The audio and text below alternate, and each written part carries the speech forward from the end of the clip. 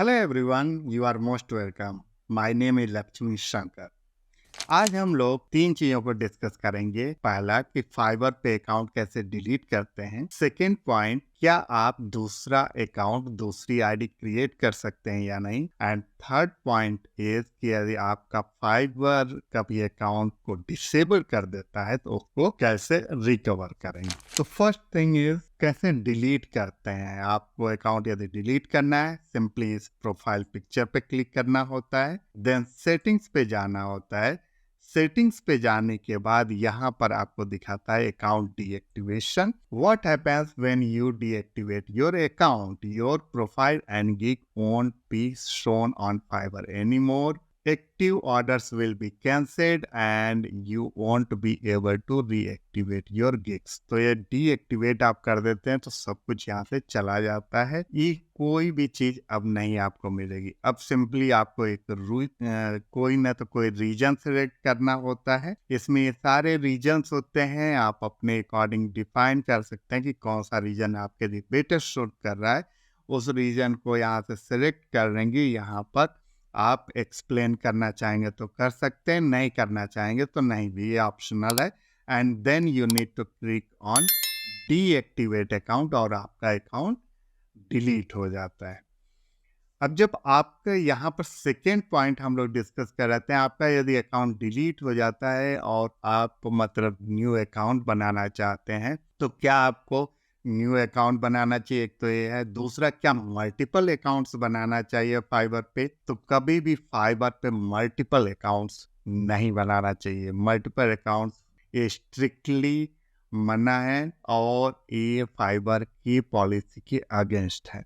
आप दूसरा आईडी फिर से क्रिएट कर सकते हैं, लेकिन ये ध्यान रहे कि आप कभी भी सेम डिवाइस यानी same number, same laptop, same IP number मतलब सेम इंटरनेट आपको नहीं यूज करना चाहिए। अकाउंट आईडी नहीं यूज करना चाहिए, टोटली डिफरेंट यूज करना चाहिए। आपको number, email ID, devices, account number, internet, ये सारी चीज डिफरेंट यूज करना चाहिए। थर्ड थिंग जो हम लोग डिस्कस करना चाहते हैं कि कभी भी अकाउंट आपका डिसेबल हो जाता है। कभी कभी क्या होता है, एक्चुअली में फाइबर के यहाँ इतने एम्प्लॉय नहीं है कि वो हर एक चीज को, आपके गिग को चेक कर रहा है, आपका किसी भी क्लाइंट के का इनबॉक्स में आप क्या राइट कर रहे हैं, ये सारे को एम्प्लॉय नहीं चेक करता है। इनका क्या होता है, एआई सिस्टम है जो कि हर एक मतलब गिग को चेक करना, आपके इनबॉक्स को चेक करना, या आप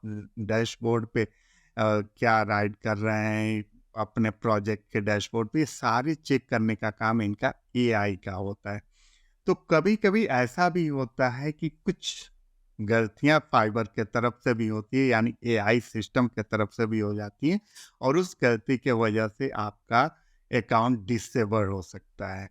तो यदि ऐसा कभी होता है तो सिंपली आपको फाइबर के कस्टमर सपोर्ट को ईमेल करना है, वहाँ पे जाना है और उनको पूरा डिटेल में अपना प्रॉब्लम बताना है। ये चीज़ ध्यान रखें कि रहे कि वहाँ पर जो फर्स्ट ईमेल जाते हैं ना, उसका इम्प्रेशन ही सब कुछ होता है, यानी फर्स्ट ईमेल में ही सही से बताना है।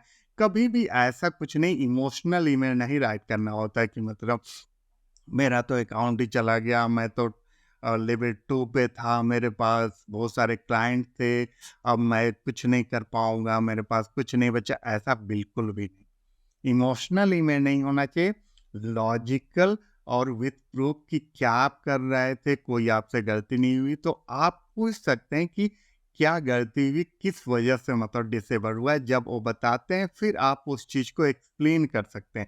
कई बार ऐसी चीज़ें होती हैं जो कि अनजाने में भी हो जाती हैं।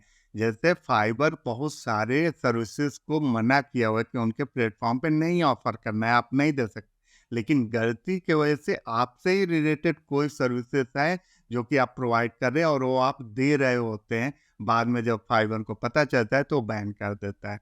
हाँ, कभी भी आपका मतलब बिल्कुल इनके टर्म्स के अगेंस्ट गए हुए हैं।